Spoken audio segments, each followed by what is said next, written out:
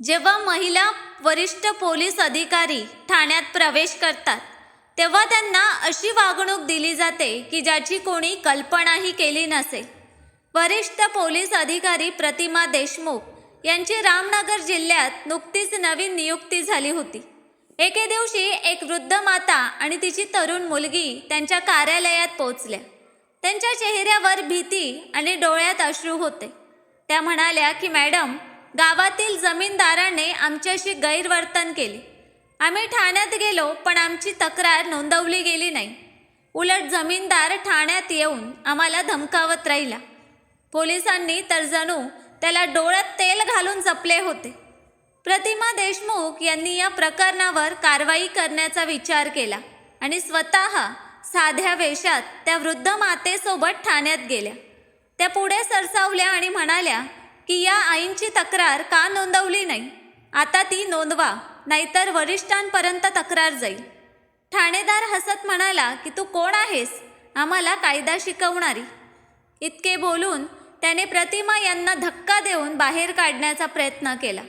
पण पुढे जे घडले ते पाहून कोणालाही आपल्या डोळ्यांवर विश्वास बसला नसता। ही कथा पूर्ण ऐकली तर तुम्हालाही विश्वास ठेवणे कठीण होईल की असाही प्रकार घडू शकतो। तर मित्रांनो, संपूर्ण सत्य जाणून घेण्यासाठी हा व्हिडिओ पूर्णपणे पहा। जर तुम्ही माझ्या चॅनलवर नवीन असाल तर व्हिडिओला लाईक करा आणि चॅनलला सबस्क्राईब करा। चला तर मग उशीर न करता व्हिडिओ सुरू करू आणि सुरुवातीपासून समजून घेऊ की नेमके काय घडले होते। रामनगर जिल्ह्याचे नाव साधे सोपे होते, पण येथील कायद्याचे मार्ग अत्यंत वाकडे तिकडे होते। याच रामनगर जिल्ह्याची कमान नुकतीच काही आठवड्यांपूर्वी प्रतिमा देशमुख यांनी स्वीकारली होती।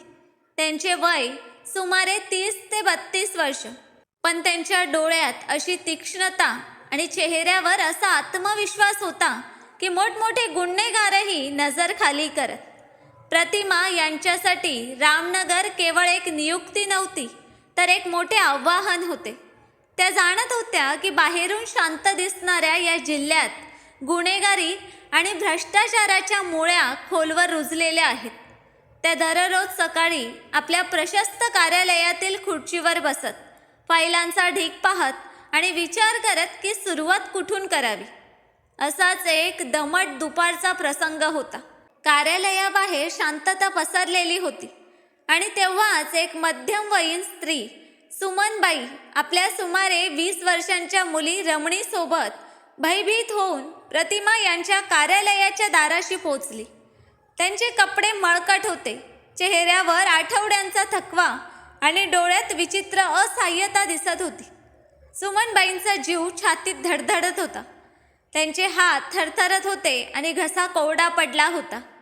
रमणीने आपल्या मातेचा हात धरत म्हटले की आई, घाबरू नका, इथे आपली सुनावणी होईल। कोणीतरी सांगितले होते की नवीन मॅडम खूप चांगल्या आहेत। सुमनबाईंच्या डोळ्यात अश्रू आले। त्या म्हणाल्या की बेटा, आता हिंमत राहिली नाही। ठाण्यात जे घडले त्यानंतर तर देवावरचा विश्वासही उडाला आहे। काही आठवड्यांपूर्वी त्यांचे आयुष्य असे नव्हते। गावाच्या एका कोपऱ्यात त्यांचे छोटेसे कच्चे पक्के घर होते। सुमनबाई दुसऱ्यांच्या शेतात मजुरी करत आणि रमणी अभ्यासासोबत घरकामात आईला मदत करत होती। त्यांचे विश्व छोटे होते पण सुखांनी भरलेले होते। मग एके दिवशी त्यांच्या सुखाला गावातील मोठ्या जमीनदार विजयराव पाटील यांची नजर लागली। विजयराव केवळ जमीनदार नव्हता तर गावाचा बेताज बादशाह होता। त्याच्या मर्जीशिवाय गावात पानही हलत नसे। पोलीस, पटवारी सारे त्याच्या खिशात होते। त्याची नजर सुमनबाईंच्या छोट्या घरावर होती, जे महामार्गालगत बांधल्या जाणाऱ्या नवीन रस्त्याच्या काठावर होते। ती जमीन तो कवडी मोलभावात हडप करू इच्छित होता। एके सकाळी विजयराव आपल्या 4 गुंडांसह त्यांच्या दारावर धमकवण्यासाठी आला। आजी, ही जमीन रिकामी कर, मी ती विकत घेतली आहे। त्याच्या आवाजात अहंकार आणि धमकीचा विष मिसळलेला होता। सुमनबाईंनी हात जोडून विनंती केली की मालक, ही आमच्या पूर्वजांची जमीन आहे, आम्ही कुठे जाऊ? तेवढ्यात रमणी बाहेर आली। तिच्या डोळ्यात भय नव्हते, राग होता। ती म्हणाली की कोणत्या हक्काने विकत घेतल्याची भाषा करता? ही आमची जमीन आहे आणि आम्ही ती विकणार नाही. एका तरुण मुलीचं असं बोलणं विजयरावाला सहन झालं नाही. त्याने रमणीचा हात पकडला आणि म्हणाला की खूपच तोंड चालू लागलंय, तुझं तोंड बंद करतो. ऐक, उद्या सकाळपर्यंत हे घर रिकामं झालं नाही तर तुला उचलून नेईन आणि तुझ्या आईला या घरासह जाळून टाकेन. त्या दिवशी मायलेकी कसेबसे पळून वाचल्या. त्यांना वाटले की कायदा त्यांना मदत करेल. त्या थेट स्थानिक ठाण्यात गेल्या. तिथला ठाणेदार होता निरीक्षक भालचंद्र गायकवाड. भालचंद्र त्याच्या पोट आणि मिशांसाठी परिसरात प्रसिद्ध होता. त्याच्या गणवेशावरचे तारे चमकत होते, पण त्याच्या आत्म्यावर भ्रष्टाचाराची जाड थर जमा झाली होती. माईलेकींनी आपली आपबीती सांगितली. भालचंद्रने त्यांची कहाणी अशी ऐकली जशी कोणता रंजक किस्सा ऐकत आहे. त्याने त्यांना तासन तास बसवून ठेवले, चहा प्यायला, पान खाल्ले आणि शेवटी म्हणाला की पहा, विजयराव पाटील हे परिसरातील मानाचे माणूस आहेत. तुम्ही त्यांच्यावर खोटे आरोप लावत आहात. जा घरी जा आणि त्यांची माफी मागा. सुमनबाई त्यांच्या पायांवर पडल्या. साहेब, आमच्या सन्मानाचा प्रश्न आहे, आमची तक्रार नोंदवा. तेवढ्यात ठाण्याचा दरवाजा उघडला आणि विजयराव पाटील आत आला. जणू ते त्याचेच घर आहे. त्याने येताच भालचंद्रच्या खांद्यावर हात ठेवला आणि हसत म्हणाला की काय निरीक्षक साहेब, या भिकाऱ्यांची पंचायत करताय? भालचंद्र ताडकान खुर्चीवरून उभा राहिला. अरे मालक, या बसा. मी तर यांना समजावत होतो की तुमची माफी मागावी. विजयरावने घृणास्पद नजरेने मायलेकींकडे पाहिले आणि म्हणाला की निरीक्षक साहेब, यांना नीट समजावा, नाहीतर पुढच्या वेळी तक्रार करायला जिवंत राहणार नाहीत. त्या दिवशी ठाण्यात त्यांची तक्रार नोंदली गेली नाही. उलट त्यांना धमकावून हाकलून देण्यात आले. त्या दिवसापासून त्यांचे जगणे कठीण झाले होते. विजयरावचे गुंडे रोज त्यांच्या दारावर येऊन धमक्या देत. गावकऱ्यांनीही भयामुळे त्यांच्याशी बोलणे बंद केले होते. कोणीतरी हिंमत करून त्यांना सांगितले की जिल्ह्यात नवीन वरिष्ठ पोलीस अधिकारी आले आहेत, कदाचित त्या काही करू शकतील. या शेवटच्या आशेने त्या आज तिथे पोचल्या होत्या. प्रतिमा देशमुख यांनी ठाण्याच्या दारात उभ्या असलेल्या संतरीवर नजर टाकली, जो सुमनबाई आणि रमणीला आत येण्यापासून रोखत होता. त्यांनी इंटरकॉमवर आपल्या सहाय्यकाला सांगितले की त्या दोघींना आत पाठवा. सुमनबाई आणि रमणी कापत्या पावलांनी कार्यालयात शिरल्या. तेव्हा प्रतिमा आपल्या खुर्चीवरून उठल्या. त्यांनी सुमनबाईंची भयभीत अवस्था पाहिली. मऊ आवाजात त्या म्हणाल्या की या माताजी, बसा, पाणी प्या. एका वरिष्ठ पोलीस अधिकाऱ्याच्या तोंडून माताजी हा शब्द ऐकून सुमनबाईंच्या डोळ्यातून अश्रू वाहू लागले. त्यांनी आपली संपूर्ण कहाणी, सारी व्यथा प्रतिमा यांच्यासमोर मांडली. रमणीनेही राग आणि असहाय्यतेने भरलेल्या आवाजात सांगितलं की निरीक्षक भालचंद्रने त्यांची मदत करण्याऐवजी त्यांचा अपमान केला आणि विजयराव पाटील ठाण्यात बसून त्यांना धमकावत होता. ही सारी कहाणी ऐकताना प्रतिमा यांचा चेहरा दगडासारखा कठोर झाला. त्यांच्या बोटांनी टेबलावरील कागदाचा दाब कसून पकडला होता. त्यांना आपल्या सिस्टमवर राग येत होता. त्या भ्रष्ट व्यक्तींवर राग येत होता ज्या गणवेश परिधान करून सिस्टमला आतून पोकळ करत होत्या. सुमनबाईंमध्ये त्यांना आपली माता आणि रमणीमध्ये आपली छोटी बहीण दिसत होती.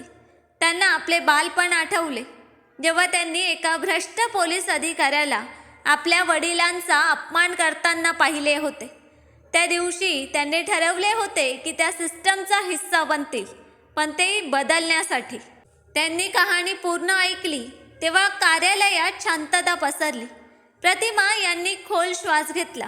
त्या जाणत होत्या की जर आता रामनगर ठाण्यात फोन केला तर भालचंद्र सावध होईल. तो खोटी तक्रार नोंदवेल, साक्षीदारांना धमकावेल आणि कदाचित सुमनबाई आणि रमणीला मार्गातून हटवेल. तो इतका धृत होता की मागे कोणताही पुरावा ठेवत नसे. नाही, त्याला हातावर पकडायचे होते, तिथेच जिथे तो आपल्या शक्तीचा घृणास्पद प्रदर्शन करत होता. प्रतिमा यांनी एक धाडसी निर्णय घेतला, जो कोणत्याही नियमावलीत लिहिलेला नव्हता. त्यांनी सुमनबाईंच्या खांद्यावर हात ठेवत म्हटले की आई, काळजी करू नका, तुम्हाला न्याय मिळेल आणि तो आजच मिळेल, पण यासाठी तुम्हाला माझी थोडी मदत करावी लागेल. सुमनबाईंनी आश्चर्याने विचारले की कशी मदत बेटी? प्रतिमा म्हणाल्या की तुम्हाला माझ्यासोबत पुन्हा त्या ठाण्यात जावे लागेल. हे ऐकून सुमनबाई आणि रमणीच्या चेहऱ्यावरचा रंगच उडाला. रमणी म्हणाली की नाही मॅडम, आम्ही तिथे पुन्हा जाऊ शकत नाही, तो भालचंद्र आम्हाला मारून टाकेल. प्रतिमा हसल्या. यावेळी तुम्ही एकट्या नसाल, यावेळी तुमची ही मुलगी तुमच्या सोबत असेल. त्यांनी आपल्या सहाय्यकाला बोलावले आणि काही सूचना दिल्या की जा, माझ्यासाठी एक साधा सलवार कुर्ता आण आणि गाडी तयार ठेव, पण पोलीस गाडी नको, खाजगी जीप हवी. सहाय्यक आश्चर्यचकित झाला, पण त्याला प्रतिमा यांचे काम करण्याचे ढंग माहीत होते. तो शांतपणे निघून गेला. प्रतिमा यांनी सुमनबाईंना समजावले की बघा आई, मी तिथे वरिष्ठ पोलीस अधिकारी म्हणून जाणार नाही, मी तुमची मुलगी म्हणून जाईन. मला पाहायचे आहे की हे लोक सामान्य जनतेशी कसे वागतात. फक्त तुम्हाला मला ओळखायचे नाही. तुम्ही हे करू शकाल का? आता सुमनबाईंच्या डोळ्यात भयाऐवजी एक नवी चमक होती. त्यांनी प्रतिमा यांच्या डोक्यावर हात फिरवत म्हटले की हो बेटी, तू आमच्यासाठी इतके करत आहेस तर आम्ही प्राणही देऊ. अर्ध्या तासानंतर प्रतिमा देशमुख एका साध्या निळ्या सलवार कुर्त्यात होत्या. त्यांनी केस बांधले होते आणि चेहऱ्यावर कोणताही रंगरंगोटी नव्हती. त्यांना पाहून कोणीही सांगू शकले नसते की या रामनगर जिल्ह्याच्या सर्वोच्च पोलीस अधिकारी आहेत. त्या सुमनबाई आणि रमणीसोबत खाजगी जीपमधून रामनगर ठाण्याकडे निघाल्या. गाडीत शांतता होती. सुमनबाईंचा जीव अजूनही धडधडत होता, पण आता त्या धडधडीत भीतीबरोबर एक विचित्र रोमांचही होता. रमणी वारंवार आरशातून प्रतिमा यांच्याकडे पाहत होती. तिला आपल्या डोळ्यांवर विश्वास बसत नव्हता की एक वरिष्ठ पोलीस अधिकारी त्यांच्यासाठी इतका मोठा धोका पत्करत आहे. प्रतिमा यांच्या नजरा रस्त्यावर होत्या, पण त्यांचे मन बुद्धिबळाच्या खेळाडूप्रमाणे पुढील चालींचा विचार करत होते. रामनगर ठाण्याबाहेरील वातावरण नेहमीसारखे होते. काही पोलीस कर्मचारी सुस्तावले होते. एका कोपऱ्यात चहाच्या टपरीवर गर्दी होती आणि हवेत एक विचित्र बेफिकिरी तरंगत होती. प्रतिमा, सुमनबाई आणि रमणी जीपमधून उतरल्या तेव्हा बाहेर बसलेल्या एका हवालदाराने त्यांना घुरून पाहिले आणि आपल्या मिशांना ताव दिला. ठाण्यात शिरताच एक विचित्र मळमळ त्यांचे स्वागत करत होती. ओलसरपणा, घाम आणि जुन्या फाईलांची मिश्रित वास. समोरच एक मुन्शी आपल्या टेबलावर बसून खर्राटे मारत होता. प्रतिमा यांनी खाकरून त्याचे लक्ष वेधले. मुन्शींनी कसेबसे डोळे उघडले आणि त्यांना वरपासून खालपर्यंत असे पाहिले जणू त्या काही किडे मकोडे आहेत. काय काम आहे? त्याच्या आवाजात वृक्षपणा होता. प्रतिमा यांनी शांतपणे सांगितले की आम्हाला तक्रार नोंदवायची आहे. निरीक्षक साहेब कुठे आहेत? मुन्शींने पानाची पीक थुंकत म्हटले की निरीक्षक साहेब व्यस्त आहेत, उद्या या. सुमनबाईंचे भय पुन्हा उफाळू लागले. त्या मागे सरकणार तेवढ्यात प्रतिमा यांनी त्यांचा हात पकडला. त्यांनी आपला आवाज थोडा उंचावला. आम्हाला आजच आणि आत्ताच तक्रार नोंदवायची आहे. तुमच्या निरीक्षक साहेबांना बोलवा. त्यांच्या आवाजातील ठामपणा पाहून मुन्शी थोडा चकित झाला. त्याने आत आवाज दिला, अरे कोणीतरी आहे का? पहा, ही कोण आली आहे ओरडायला? आतल्या खोलीतून निरीक्षक भालचंद्र गायकवाड बाहेर आला. त्याच्या तोंडात पान भरलेलं होतं आणि कमीजचे वरचे 2 बटणे उघडी होती. त्याने आधी प्रतिमा यांना पाहिलं. मग त्याची नजर सुमनबाईंवर पडली आणि त्याच्या चेहऱ्यावर एक घृणास्पद हास्य पसरलं. अरे आजी, तू परत आलीस? मी सांगितलं होतं ना, पुन्हा इथे आपलं तोंड दाखवू नकोस. डोकं ठिकाणावर आहे का तुझं? सुमनबाई भयाने प्रतिमा यांच्या मागे लपल्या. आता प्रतिमा पुढे आल्या. त्यांच्या डोळ्यात एक विचित्र आग होती. त्या म्हणाल्या की निरीक्षक साहेब, तुम्ही यांची तक्रार का नोंदवली नाही? भालचंद्रने ढेकर देऊन हसत म्हटले की तू कोण आहेस माझ्याशी असा प्रश्न विचारणारी? तू नवी वकील झाली आहेस का? स्वतःचं तोंड पाहिलं आहेस का? आलीस मला कायदा शिकवायला? ठाण्यातील इतर पोलीस कर्मचारीही हसू लागले. प्रतिमा शांत राहिल्या आणि म्हणाल्या की मी एक नागरिक आहे आणि तुम्ही जनतेचे सेवक आहात. तुमचं कर्तव्य आहे आमची तक्रार ऐकणं. यांची तक्रार आत्ता नोंदवा, नाहीतर याची तक्रार वरपर्यंत जाईल. भालचंद्रचा राग आता उसळला. त्याचा अहंकार दुखावला गेला. तो म्हणाला की तुम्हाला धमकी देणार? तुला माहीत आहे मी कोण आहे? आता तुला अशा ठिकाणी बंद करतो की सारी हेकडी निघून जाईल. तो पुढे सरकला आणि त्याने प्रतिमा यांचा हात पकडून त्यांना बाहेर ढकलण्याचा प्रयत्न केला. चल इथून निघ. आणि तू आजी, उद्या सकाळपर्यंत गाव रिकामे केले नाहीस तर विजयराव जे म्हणाले ते होईल. ही त्याची सर्वात मोठी चूक ठरली. ज्या क्षणी भालचंद्रने प्रतिमा यांचा हात पकडला त्या क्षणी ठाण्यातील हवा गोठली. प्रतिमा यांनी एकाच झटक्यात आपला हात सोडवला. त्यांच्या डोळ्यात आता बनावट भय नव्हतं, तर एका वाघिणीचा राग होता. तो राग जणू सर्व काही जाळून भस्म करू शकत होता.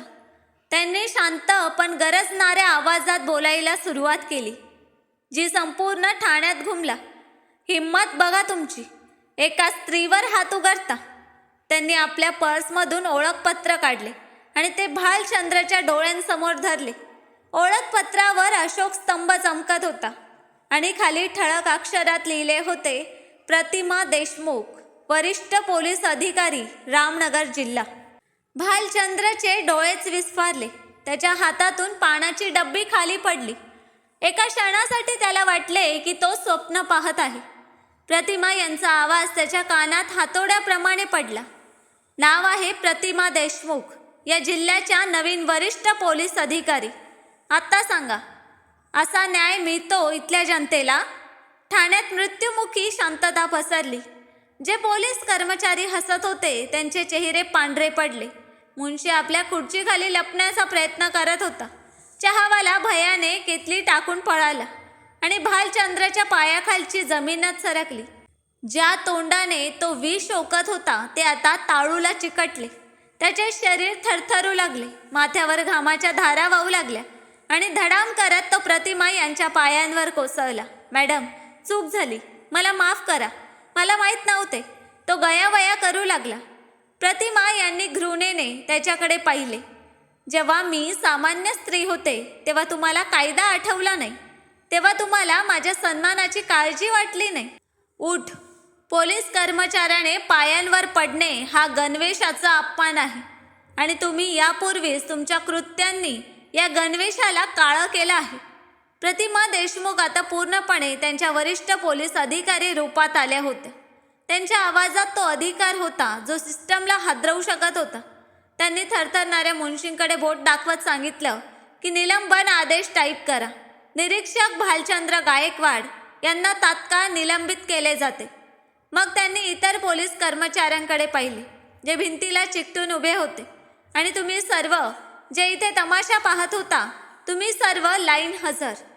आजपासून तुमची ड्युटी पोलीस लाईनच्या मैदानात गवत उपटण्याची आहे. तिथेच तुम्ही शिस्त काय असते हे शिकाल. कोणाचीही हिंमत झाली नाही की एक शब्द बोलावे. यानंतर प्रतिमा मॅडम सुमनबाई आणि रमणीकडे वळाल्या. त्यांच्या चेहऱ्यावरील कठोर भाव एकदम मऊ झाले. डोळ्यात ममता पसरली. त्या म्हणाल्या की या आई. त्यांनी सुमनबाईंचा हात पकडला आणि म्हणाल्या की तुमची तक्रार नोंदली जाईल. त्या स्वतः भालचंद्रच्या मोठ्या खुर्चीवर जाऊन बसल्या. त्यांनी त्या खुर्चीवरील धूळ झटकली, जणू त्यावरील भ्रष्टाचाराचे डाग साफ करत होत्या. त्यांनी सुमनबाईंना समोरच्या खुर्चीवर बसवले आणि रमणीला त्यांच्या जवळ उभे केले. आई, पाणी प्या. त्यांनी स्वतः ग्लास दिला. सुमनबाई आणि रमणीसाठी हे स्वप्नवत होतं. ज्या खुर्चीवर बसून एक राक्षस त्यांचा अपमान करत होता, तिथे आता एक देवी बसून त्यांना न्याय देत होती. प्रतिमा यांनी स्वतःच्या हाताने त्यांची तक्रार नोंदवली. प्रत्येक शब्द, प्रत्येक तपशील.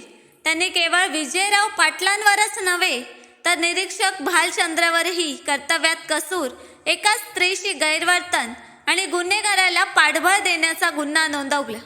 तक्रार नोंदवल्यानंतर त्यांनी वायरलेस सेट उचलला. त्यांचा आवाज संपूर्ण जिल्हा नियंत्रण कक्षात घुमला. नियंत्रण कक्ष, मी रामनगरची वरिष्ठ पोलीस अधिकारी बोलत आहे. एक पथक तात्काळ तयार करा. गावातील जमीनदार विजयराव पाटलांना अटक करायची आहे. मी इच्छिते की पुढील 1 तासात तो माझ्या ताब्यात असावा. कोणतेही निमित्त चालणार नाही. Over and out. संपूर्ण पोलीस ठाण्यात खळबळ उडाली. त्या संध्याकाळी सूर्य मावळत असताना विजयराव पाटील आपल्या आलिशान घरात मद्यप्राशन करत भालचंद्रला फोनवर शिव्या देत होता की त्याला 2 कवडीच्या बायकांना सांभाळता आलं नाही. तेवढ्यात 3 पोलीस जीप एकाच वेळी त्याच्या गेटवर धडकल्या. विजयरावांना वाटले की हे त्याचे स्वागत करायला आले आहेत. पण जेव्हा एका नवीन निरीक्षकाने त्याला हातकडी दाखवली तेव्हा त्याची सारी हिकडी गळून पडली. तुमची हिंमत कशी झाली? तुम्हाला माहीत आहे का मी कोण आहे? मी आता वरिष्ठ पोलीस अधिकाऱ्यांना फोन लावतो. निरीक्षक हसत म्हणाला की हा आदेश वरिष्ठ पोलीस अधिकारी मॅडमचाच आहे. चला विजयराव पाटील, तुरुंग तुमची वाट पाहत आहे. त्या रात्री सुमनबाई आणि रमणीने अनेक वर्षांनी त्यांच्या घरात शांत झोप घेतली.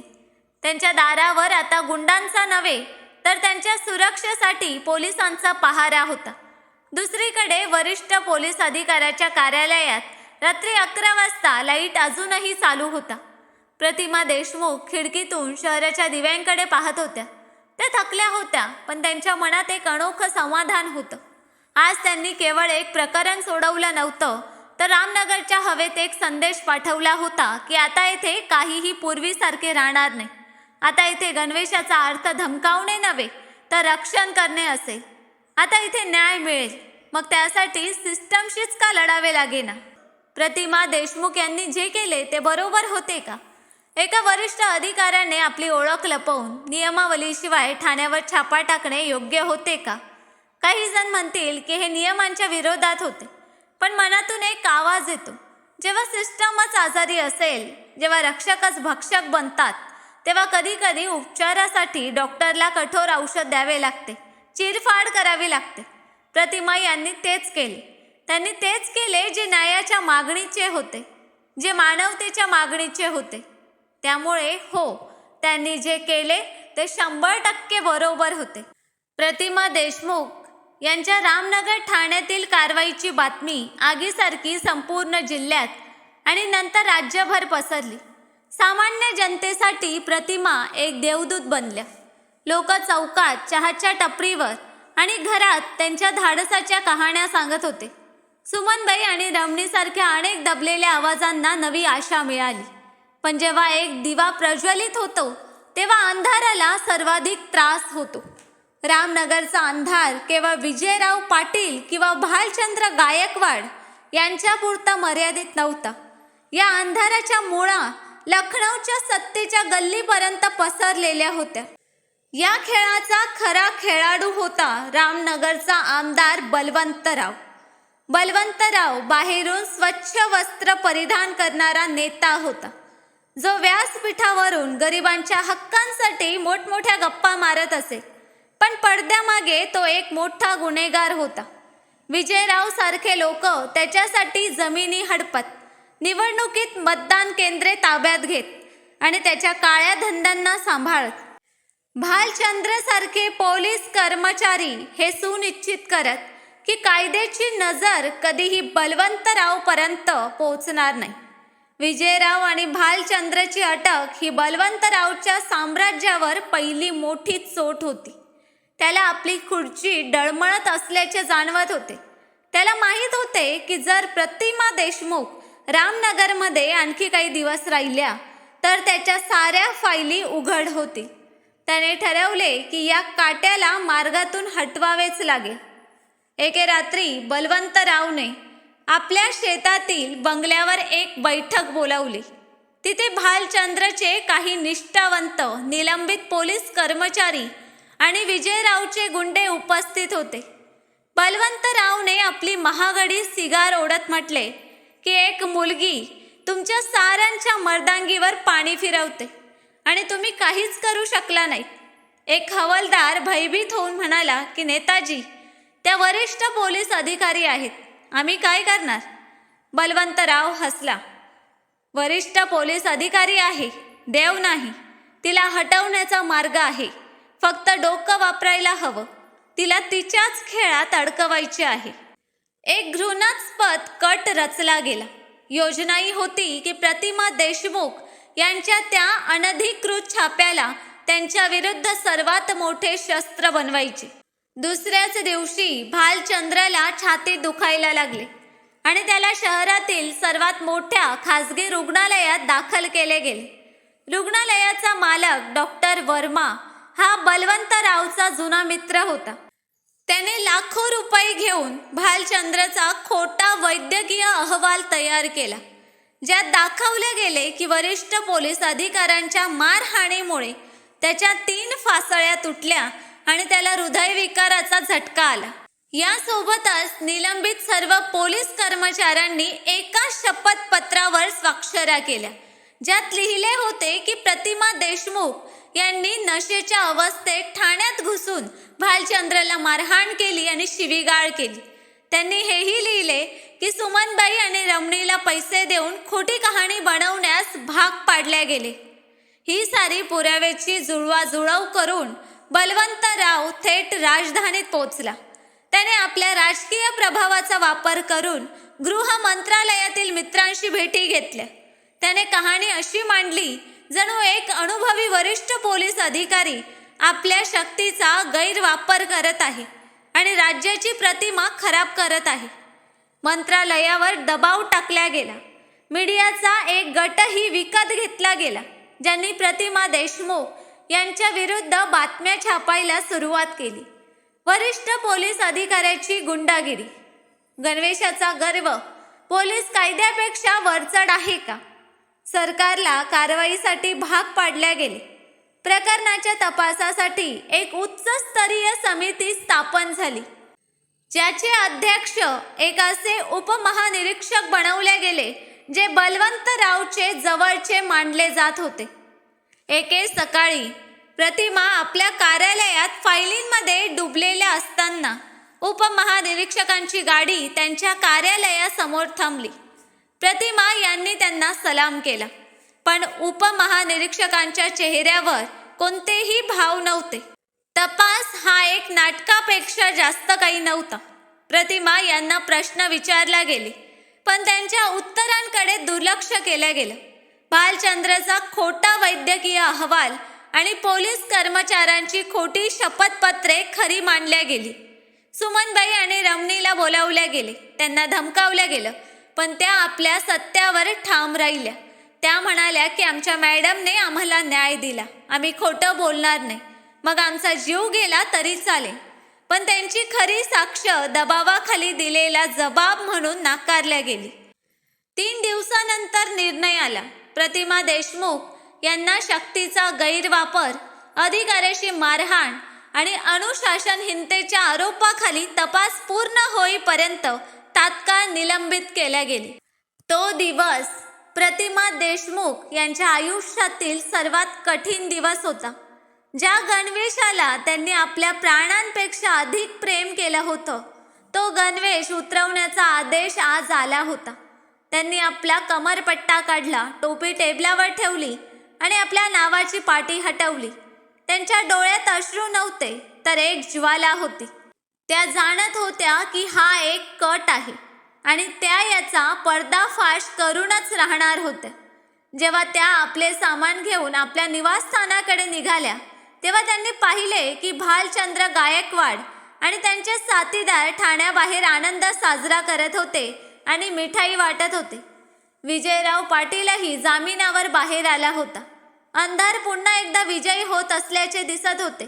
निलंबनाचे दिवस कठीण होते. प्रतिमा आता वरिष्ठ पोलीस अधिकारी नव्हत्या. त्यांच्याकडे कोणतीही सत्ता नव्हती, कोणतेही पथक नव्हते. त्या आपल्या छोट्या निवासस्थानात एकट्या होत्या. पण त्यांनी हार मानली नव्हती. त्यांच्या सर्वात मोठ्या शक्ती म्हणून सुमनबाई आणि रमणी समोर आल्या. त्या दोघी दररोज त्यांच्यासाठी जेवण आणत, तासनतास त्यांच्या जवळ बसून त्यांचे मनोधैर्य वाढवत. रमणी म्हणायची की मॅडम, तुम्ही हिंमत हारू नका, सत्य कधीच हारत नाही. त्यांचे हे निस्वार्थी प्रेम प्रतिमा यांना लढण्याची ताकद देत होते. आणखी एक व्यक्ती होती जी शांतपणे प्रतिमा यांच्यासोबत उभी राहिली. त्यांचा विश्वासू हवालदार रामदास. रामदासला माहीत होते की मॅडम निर्दोष आहेत. तो कर्तव्य संपल्यानंतर चोरून प्रतिमा यांना भेटायला येत असे आणि ठाण्यात तसेच जिल्ह्यातील घडामोडींची माहिती देत असे. तो प्रतिमा यांचे डोळे आणि कान बनला होता. याच दरम्यान कथेत आणखी एक पात्र प्रवेश करते, प्रिया सावंत, एक तरुण आणि निर्भय पत्रकार. प्रिया एका छोट्या वृत्त पोर्टलसाठी काम करत होती, पण तिची स्वप्न मोठी होती. ती बऱ्याच काळापासून बलवंतराव आणि विजयराव पाटील यांच्या संगनमतावर एक मोठी बातमी करू इच्छित होती. जेव्हा तिला प्रतिमा देशमुख यांच्या निलंबनाची बातमी कळली तेव्हा तिला तात्काळ समजले की हे प्रकरण दिसते तितके साधे नाही. प्रियाने हिम्मत करून प्रतिमा यांच्याशी संपर्क साधला. सुरुवातीला प्रतिमा यांना तिच्यावर संशय आला, पण जेव्हा त्यांनी प्रियाच्या डोळ्यात सत्यासाठी लढण्याची तीच आग पाहिली जी त्यांच्याही अंतःकरणात होती, तेव्हा त्यांनी तिच्यावर विश्वास ठेवला. आता एक नवी संघटना तयार झाली होती. एक निलंबित वरिष्ठ पोलीस अधिकारी, एक प्रामाणिक हवालदार आणि एक निर्भय पत्रकार. त्यांचे ध्येय होते बलवंतरावच्या काळ्या साम्राज्याचा पर्दाफाश करणे. तिघांनी मिळून काम सुरू केले. प्रतिमा आपल्या अनुभवाने रणनीती आखत होत्या. प्रिया आपल्या पत्रकारितेच्या कौशल्यांचा वापर करून माहिती काढत होती आणि रामदास आतल्या माणसासारखे आवश्यक माहिती पुरवत होता. पहिला लक्ष होता डॉक्टर वर्मा यांचा खोटा वैद्यकीय अहवाल. प्रियाने रुग्ण बनून डॉक्टर वर्माच्या रुग्णालयात गुप्त कॅमेऱ्यासह छुपा तपास केला. तिने डॉक्टर वर्माला असे म्हणताना रेकॉर्ड केले की पैसे टाकले तर जिवंत माणसाला मृत आणि मृताला जिवंत सिद्ध करू शकतो. हा एक मोठा पुरावा होता. दुसरे पाऊल होते निलंबित पोलीस कर्मचाऱ्यांपैकी एकाला आपल्या बाजूला वळवणे. रामदासने अशा एका हवालदाराशी संपर्क साधला ज्याला पैशाचा सर्वात कमी हिस्सा मिळाला होता आणि जो आता आपल्या कृत्याचा पश्चाताप करत होता. प्रतिमा यांनी साध्या स्त्रीच्या वेशात त्या हवालदाराची भेट घेतली आणि त्याला विश्वासात घेतले. त्या म्हणाल्या की जर तू खरे बोललास तर मी तुझी नोकरी वाचवण्यासाठी पूर्ण प्रयत्न करेन. हवालदाराने आपली चूक कबूल केली आणि सरकारी साक्षीदार बनण्यास तयार झाला. पण खरी साक्ष अजून बाकी होती. त्यांना बलवंतराव आणि विजयराव पाटील यांच्यातील संबंध उघड करायचे होते. प्रियाने शोधून काढले की बलवंतरावचा एक जुना मुन्शी होता, ज्याचा त्याने आपल्या स्वार्थासाठी वापर केला आणि नंतर फसवून हाकलून दिले. प्रतिमा आणि प्रियाने मिळून त्या मुन्शीला शोधून काढलं. सुरुवातीला तो भीतीने थरथरत होता आणि काहीही बोलायला तयार नव्हता. पण प्रतिमा म्हणाल्या की जर तू आज गप्प राहिलास तर हे लोक नेहमीच जिंकत राहतील. त्यांच्या डोळ्यात लज्जा आणि राग भरला. त्याने सांगितले की बलवंतरावच्या शेतातील बंगल्यातील साठवण खोलीत एक लाल रंगाची डायरी आहे, ज्यात सर्व बेकायदा व्यवहार आणि पैशांचा हिशोब नोंदवलेला आहे.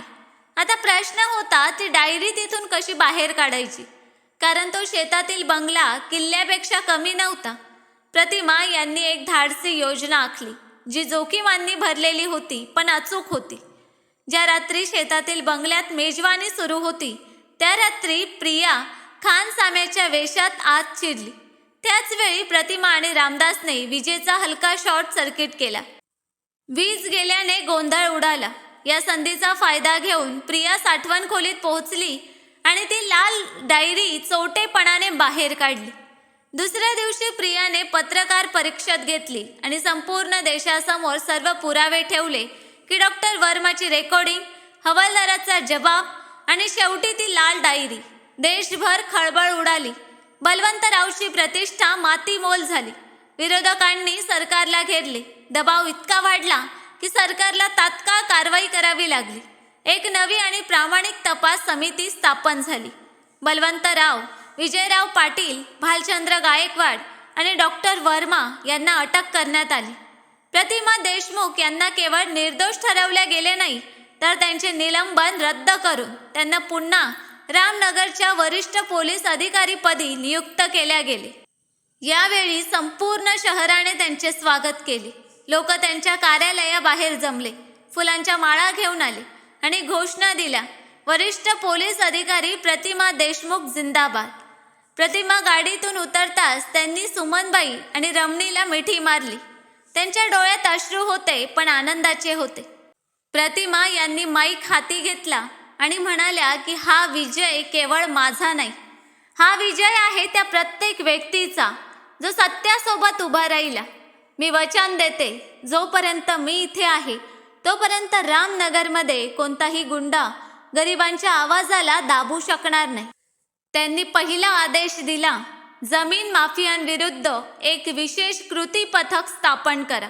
अंधार आता मागे हटला होता, प्रकाशाने विजय मिळवला होता. तर मित्रांनो, ही होती एका अशा अधिकाऱ्याची कथा जिने गणवेशाची खरी व्याख्या जगाला दाखवली. जर प्रतिमा देशमुख यांचा हा लढा तुम्हाला प्रेरणा देत असेल तर या व्हिडिओला लाईक करा आणि जास्तीत जास्त शेअर करा. आणि अशाच प्रेरणादायी कथा ऐकण्यासाठी आमच्या चॅनलला सबस्क्राईब करायला विसरू नका. धन्यवाद.